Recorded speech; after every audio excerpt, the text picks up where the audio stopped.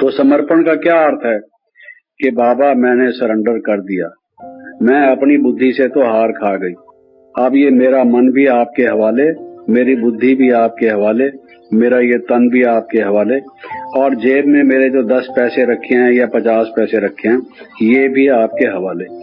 आज से लेके मैं जीरो हूँ और आप कहते हो कि मैं जीरो से हीरो बना दूंगा। ये जादू मुझे दिखाओ, आप जो भी बनाओ, जैसे भी बनाओ, मैं अब आ गई आपके द्वार पर। इसका मतलब है समर्पण। ये सोचकर समर्पण करने का है। कोई समर्पण समारोह में जाता है या वैसे ही मन से अपने समर्पण के भाव को प्रकट करता है, लेकिन ये समझ लीजिए कि मुक्ति और जीवन मुक्ति बिना सजा खाए या कम से कम सजा खाए, बिना सरेंडर होने के नहीं हो सकती। कोई कितना भी बुद्धिमान हो, पढ़ा लिखा हो, समझदार हो, सियाना हो, तेज रफ्तार से पुरुषार्थ करने वाला हो, केवल अपने ही पुरुषार्थ से वो ये सब सिद्धि प्राप्त कर ले, हो ही नहीं सकता। ये असंभव है, क्योंकि ये कदम कदम पर ये परीक्षाएं आती हैं, कठिनाइयां आती हैं, टेस्ट आते हैं। कोई मार्गदर्शक चाहिए, कोई सहायक चाहिए हमें, और उसके लिए बिना बाबा के और दूसरा कोई नहीं तो आज तक इतनों की आबादी थोड़ी बढ़ती जाती, मुक्ति जीवन मुक्ति में सब जाते रहते, तो ये युग विभाग होता ही नहीं और ये दुनिया खाली होती जाती धीरे धीरे इतनी साधना करने के बाद। लेकिन बाबा कहते हैं कोई भी आत्मा परम धाम में आई नहीं। लोग गलत कहते हैं कि वो फलाना ज्योति ज्योत समाया, फलाना ईश्वर में लीन हो गया, वगैरह वगैरह, कोई नहीं लीन हुआ। तो बाबा मैं आज समर्पित हूँ। जिन्होंने समर्पण समारोह में शामिल नहीं भी होना, वो भी आज ये संकल्प कर लें, बाबा मैं सच्चे दिल से, फिर कहती हूँ सच्चे दिल से, बाबा मैं दिल की गहराई से सच कह रही हूँ, मैं आज से समर्पित हूँ। मैं जैसी भी हूँ आपकी हूँ। आप मुझे जैसे चलाओगे मैं वैसे चलूंगी, लेकिन देखो आप अपना वचन याद रख लो। आपने मुझे क्या कहा है? आपने ये कहा है कि सारी जिम्मेवारी मेरी है। फिर से सोच लो बाबा, सोच लो आप भी। बाबा कहता है मैंने सोच लिया है, तू सोच ले, तू सोच ले बेटे, तेरे को सोचने की जरूरत है, मुझे सोचने की जरूरत नहीं। तो आप कह दो बाबा मैंने भी सोच लिया है, पक्का सोच लिया है, हिलोगे तो नहीं? ये तो नहीं सोचोगे हमने समर्पित करके गलत सोचा था? नहीं, उसके हैं, तुम्हारी हूँ, तुम्हारी ही थी, भूल गई थी, अब आज से तुम्हारी हूँ, तुम्हारी होके रहूंगी, तुम्हारे कहने पर चलूंगी, जैसे आप कहोगे वैसा ही करूंगी। इसलिए सारी गीता के अंत में अर्जुन को उसने कहा कि मैंने जो तुम्हें समझाना था समझा दिया, अब तू जान क्या करना है क्या नहीं करना। उसने कहा कि मेरे सब संशय समाप्त हो गए, मेरे सब प्रश्न हल हो गए, सारी बात मैंने समझ ली। अब मैं अपने आप को आपके प्रति समर्पित करता हूँ और जैसे आप कहेंगे मैं आपके वचनों के अनुसार ही करूंगा। ये प्रामिज है, समर्पित का ये प्रामिज है। किसी मनुष्य के मत पर न चलकर, पर मत पर न चलकर, मन मत पर न चलकर, शास्त्र मत पर न चलकर, श्री मत पर चलना। जिससे वचन किया था, वचन कोई चीज है। करोड़ों रुपए के लोग सौदे पहले करते थे, दे दिया, कोई लिखा पढ़ी नहीं, कोई कोर्ट में कोई नहीं, गवाह नहीं, कोई नहीं।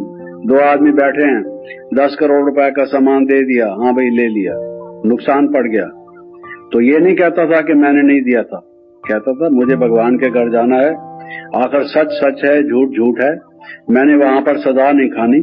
दुनिया में नफा नुकसान तो होता ही है, नुकसान हो गया सो कोई बात नहीं, ये जबान है, मैंने वचन किया था, उसका जो भी नतीजा हो।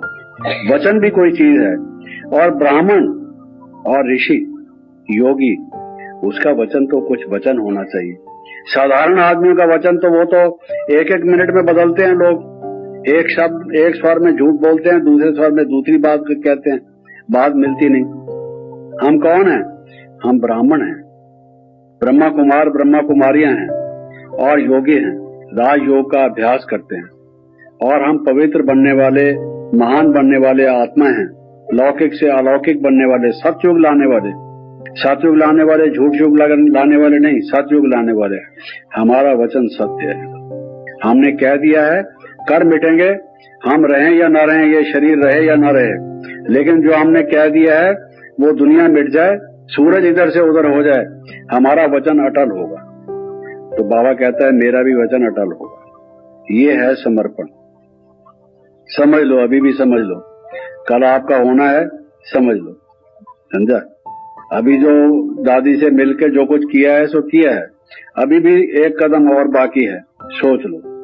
लेकिन इसमें कितना लाभ है, कितना लाभ है, कितना लाभ है। अरे भगवान के हाथ में अपने आप को दे दिया तो बेड़ा पार हो गया, कल्याण हो गया। इसके बाद निश्चिंत रहो। जैसे मैंने आपको कहा, कठिनाइयां आएंगी, परीक्षाएं आएंगी, विघ्न आएंगे, ओखली में डाल के ऊपर आपके मूसल मारे जाएंगे, तूफान आएंगे। ये मत सोचो कि नहीं आएंगे, और ज्यादा आएंगे पहले से। कचूमर निकाल देंगे, चटनी बना देंगे आपकी, बन जाने दो, कोई परवाह नहीं। भगवान के सदके जो भी बनता है बन जाने दो। लेकिन कल्याणकारी बाप के हाथ में हमने हाथ दिया है, हमारा अकल्याण हो ही नहीं सकता। पहली बात हमेशा ये याद रखना कि मैंने कल्याणकारी बाप के हाथ में अपने को समर्पित किया है। मेरा अकल्याण कोई नहीं कर सकता, दुनिया में कोई है ही नहीं जो मेरा अकल्याण कर सके, क्योंकि सर्वशक्तिमान कल्याणकारी बाप की छत्र छाया में मैं हूं। कभी भी भूलना मत, ये क्या हो गया, बड़े मेरी बात सुनते नहीं, मेरे साथ वाले मेरी बात पर ध्यान नहीं देते। अरे ये भगवान के घर में तो इंसाफ होना चाहिए। यहाँ तो इतना ये वो वगैरह वगैरह कई बातें, मन के तूफान भी आएंगे। धीरज धरो, थोड़ा धीरज धरो, परीक्षाएं आएंगी, सच की बेड़ी डोलेगी, थोड़ी सी डूबेगी नहीं। ये निश्चिंत रहो, निश्चिंत रहो। ये विश्वास है कि नहीं है कि सच की बेड़ी डूब ही नहीं सकती, वरना सच क्या हुआ वो, फिर सच और झूठ में फर्क क्या हुआ। तो ये निश्चय पहले पहले अटल हो, मैंने कल्याणकारी बाप के हाथ में दिया है, मेरा कल्याण हुआ ही पड़ा है, चिंता करने की जरूरत ही नहीं। चेहरे पर कभी चिंता के चिन्ह रेखा कोई आए ही नहीं। खुश रहो, खुश रहो, खुश रहो। 2 गुना खुश नहीं, 100 गुना खुश नहीं, उससे भी ज्यादा। बाबा कहते हैं कि यहाँ तक जो है ना, एड़ी से लेकर चोटी तक, मेरी तो चोटी है नहीं, आप लोगों की तो है, तो एड़ी से लेकर चोटी तक है। आपकी चोटी तो ये है कि यहाँ से पकड़ कर यहाँ करो तो काफी ऊंची हो जाएगी फिर के, और मेरा तो फ्लैट है यहाँ पर, है ना, एयरपोर्ट की तरह से बना हुआ है। कभी कभी मक्खी भी आकर बैठती है, समझती है यहाँ पहले बगीचा था, अब एयरपोर्ट बन गया है। तो इसलिए पहली पहली बात हमेशा ये याद रहेगी, याद। कभी भी जीवन में कुछ भी हो जाए, कभी भी मूंझोगे नहीं, कभी भी कोई गम चिंता कोई ऐसी बात आएगी नहीं। बाबा कहते हैं निश्चय का परीक्षा क्या है, निश्चय का चिन्ह क्या है, निश्चय वाला निश्चिंत। निश्चय वाला हमेशा निश्चिंत रहता है। हमारा निश्चय क्या है, हमारा कल्याण हुआ ही पड़ा है, अकल्याण हो ही नहीं सकता। देखने में आएगा, लेकिन वो कोई बात ऐसी होगी भी सही तो सूली से कांटा होगा, हमारा नुकसान नहीं हो सकता, भला ही होगा। उसके पीछे कोई और रहस्य छिपा होगा जो हमारे सामने आएगा। जीवन में बहुत विचित्र विचित्र, बहुत उत्तम श्रेष्ठ गहरे आध्यात्मिक अनुभव आपको होंगे, अगर आप ये मान के चलोगे कि बाबा कैसे आपकी मदद करता है। अरे यही तो गॉड रियलाइजेशन है। गॉड रियलाइजेशन केवल ये नहीं है कि परमात्मा जो है ज्योति बिंदु है, परम धाम का वासी है, ये हमने समझ लिया, और फिर हम जब योग लगाते हैं लाइट और माइट का अनुभव होता है, वो भी गॉड रियलाइजेशन है। लेकिन हमारे दिनों दिन हमारी दिनचर्या में, हमारे कार्यशीलता में, जब हम कोई काम में लगे होते हैं, जीवन व्यतीत कर रहे हैं, उसमें हमारे सामने जब परीक्षाएं और परिस्थितियां विषम आती हैं, उसमें बाबा कैसे हमारी मदद करते हैं, वो जो आप अनुभव करेंगे, आप गदगद होंगे कि कमाल है उस बाबा की। बाबा ने किस तरह से हमें किस परिस्थिति में से निकाला, पार किया। हम अकेले थे। एक सेंटर पर क्या हुआ, एक सेंटर पर जब वहां उस शहर में बाढ़ आई तो पानी सब में आया, बाबा के सेंटर में भी पानी आया, तो सब लोगों का सामान जो था वो पानी में बह के बाहर निकल गया, सारा लुढ़क गया, बाहर चला गया, कोई भी चीज रही नहीं। अलमारियां भी तैरने लगी, लिटरेचर भी डूब गया औरों का, और सब कुछ ऐसे होने लगा। अब वो जो सेंटर की बहन थी वो ऊपर की मंजिल में चली गई, नीचे तो सब पानी आ गया। दरवाजा बंद कर रहे, इतना भी टाइम नहीं बचा। अपनी जान बचाने के लिए ऊपर भागी, ऊपर चली गई। नीचे केंद्र में जो ये चौकी बनी हुई होती है, ये पड़ी है जैसे, तो बड़ी चौकी थी, वो भी तैरने लगी। सब चीज तैर रही है, ऊपर देख वो बैठी है। तो उसको ये ख्याल आया कि ये बाबा की चीजें हैं, ये वेस्ट नहीं जा सकती। बाबा की चीज वेस्ट कैसे जा सकती है? प्रकृति तो दासी है। बाबा कहता है तुम भी प्रकृति को दासी बनाओ, तो परमात्मा की तो है ही वो दासी। तो वो दासी ऐसे कैसे करेगी कि बाबा की चीजों को ले जाके और पानी में मिट्टी में मिला देगी, खराब कर देगी? ऐसा हो नहीं सकता। दृढ़ निश्चय से बैठी थी, बाबा को याद कर रही थी। इसमें कोई कल्याण होगा, नुकसान नहीं हो सकता। बाबा भला ही करेगा, इसमें कुछ न कुछ राज समाया होगा।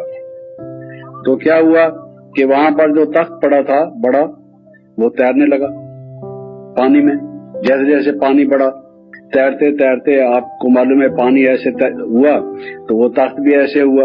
होते होते इधर जो जोर से पानी आया तो खड़ा हो गया तख्त, खड़ा होके ऐसे ऐसे जाने लगा, आगे आगे आगे आगे जाके दरवाजे के आगे खड़ा हो गया सीधा होके। कोई भी चीज बाहर गई नहीं। उस बहन ने तो दरवाजा बंद नहीं किया था। आप देखो प्रकृति दासी कैसे बनी। प्रकृति के हाथ तो नहीं जैसे हम कहते हैं भाई इधर आओ इधर आओ, 4 आदमी लिए इस तख्त को उठाओ, ये भारी तख्त है, ऐसे नहीं। वो जल देवता ने खुद ही उठाए हैं। पहले ऐसे ऐसे उसको हचकोला किया, करके करके इधर से जोर से जो है वो खड़ा हो गया। खड़ा होके ऐसे ऐसे जाते जाते हैं और दरवाजे के आगे आ गया। सब चीजें वहां सुरक्षित हुई। सारे लोगों का जब बाद में देखा, अरे भाई शहर में कितना नुकसान हुआ, डूब गया, ये हुआ वो हुआ, सब हाहाकार हुआ। अरे ब्रह्मा कुमारी संस्था में तो सब चीजें पड़ी हुई हैं। तो लोगों को कैसे विश्वास होता है कुछ सच है यहाँ पर और इन लोगों की कोई रूहानी कमाई है, ये कोई अच्छे लोग हैं, कोई साधना है इनकी। और उस बहन का निश्चय जो अटल था, उस अटल निश्चय ने क्या काम किया? निश्चय ने पानी को कुछ दिया, घुमाया और वो पानी सेवा करके चला गया। दूसरी बात ये, हमेशा ये याद रखना कि त्याग से भाग्य बनता है, त्याग से भाग्य बनता है।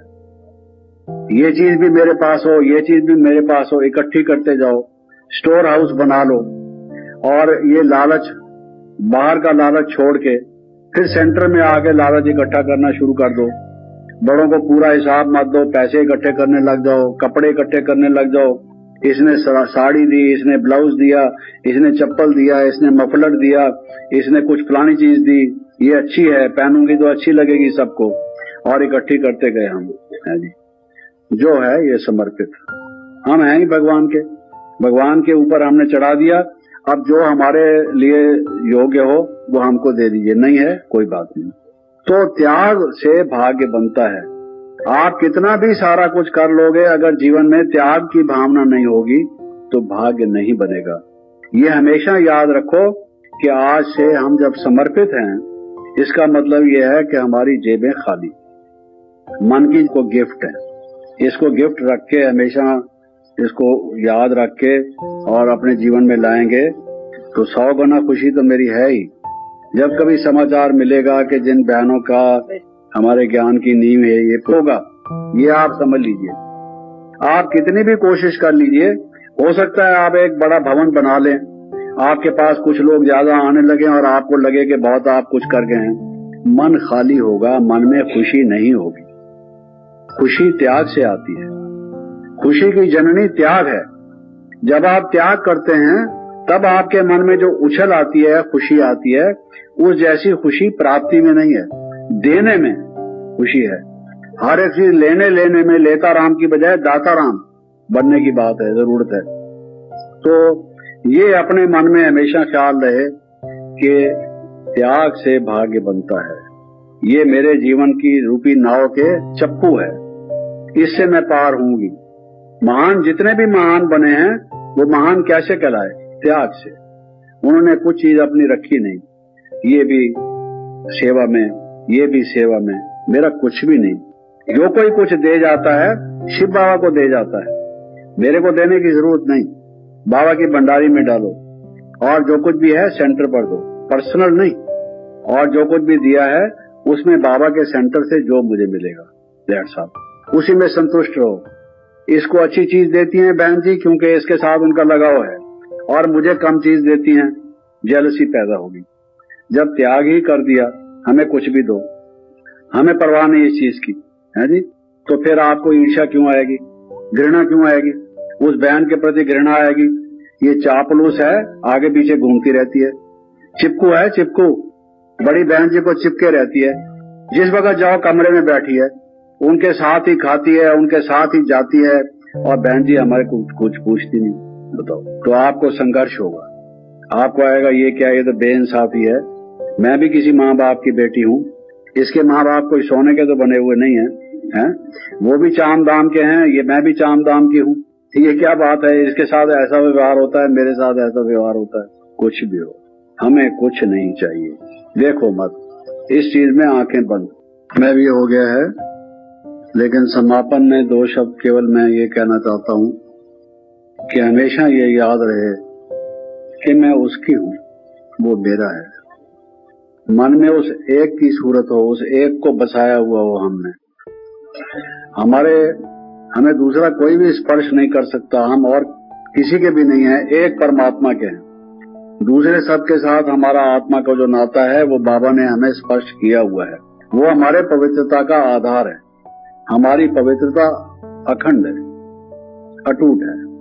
ये पहली हमारी शक्ति बनने की, बाबा की भुजा बनने की जो आप कह रहे थे, और विश्व परिवर्तक होने का पहला हमारा अमोघ शस्त्र है। ये हमारी सबसे बड़ी निधि है, हमारा सबसे बड़ा खजाना है।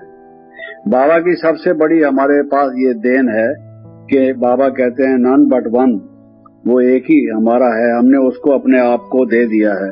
ये फूल उस पर चढ़ चुका है, दूसरे पर नहीं चढ़ सकता, उसके अर्पित ये हो चुका है। इस बात को धारण करके पुरुषार्थ करेंगे, और जो मैंने कहा त्याग ही भाग्य है, और श्रीमत पर हम चलेंगे, और उसके लिए चाहे कुछ भी करना पड़े सब सहन करेंगे इत्यादि। ये आपके समर्पण के शुभ अवसर पर इस भाई की तरफ से ये आपको गिफ्ट है।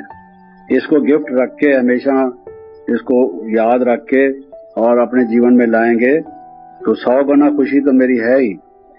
तो ये बातें ध्यान में रखेंगे तो जीवन में सफलता मिलेगी। ये मैं कह रहा था कि मेरी तरफ से आपको ये गिफ्ट है। ओम शांति।